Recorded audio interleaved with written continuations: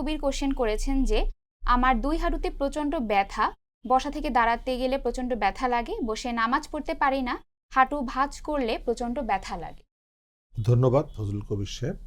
আপনার হাঁটু ব্যথা এবং কোমর ব্যথা, এবং একটা জিনিস মনে রাখবেন, আমরা সবসময় দেখেছি আমাদের রিসার্চ থেকে যে long time back pain bilateral both knee joint পেইনের একটা কারণ। তার মানে আপনার যদি হাঁটু ব্যথা হয়ে যায়, বুঝতে হবে এটা কোমর থেকে আসতে পারে।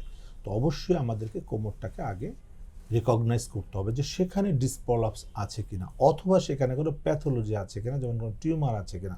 কারণ যত আর্লি আপনি ডায়াগনোসিস করতে পারবেন, রোগটাকে ধরতে পারবেন, আপনি সুস্থ হয়ে যেতে পারেন।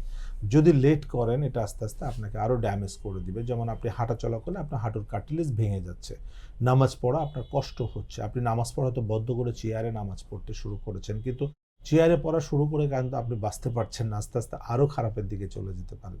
সো এখনই আপনাকে যেতে হতো কোমরটাকে চেক করতে হবে, এই জন্য একটা এমআরআই করে দেখে আপনাকে রিহ্যাবিলিটেশন করতে হবে। রিহ্যাব ফিজিওথেরাপির মাধ্যমে আপনার মাসেলকে স্ট্রং করে কার্টিলেজটাকে সেভ করতে হবে, ফাটাটাকে রিপেয়ার করতে হবে, করে আপনাকে আবার নামাজে যেতে হবে। মনে রাখবেন, যতক্ষণ না জায়নামাজে সঠিকভাবে নামাজ পড়তে পারছেন, ততক্ষণ আপনি সুস্থ হচ্ছেন না। তো অবশ্যই একজন রিহ্যাব ফিজিওথেরাপি স্পেশালিস্টের পরামর্শ নিয়ে আপনাকে ফিজিওথেরাপি করতে হবে, তাহলে আপনি সম্পূর্ণ সুস্থ হয়ে যাবেন। ধন্যবাদ আপনাকে। এসপি হাসপাতাল, আন্তর্জাতিক মানের পূর্ণাঙ্গ ব্যথা নিরাময় হাসপাতাল।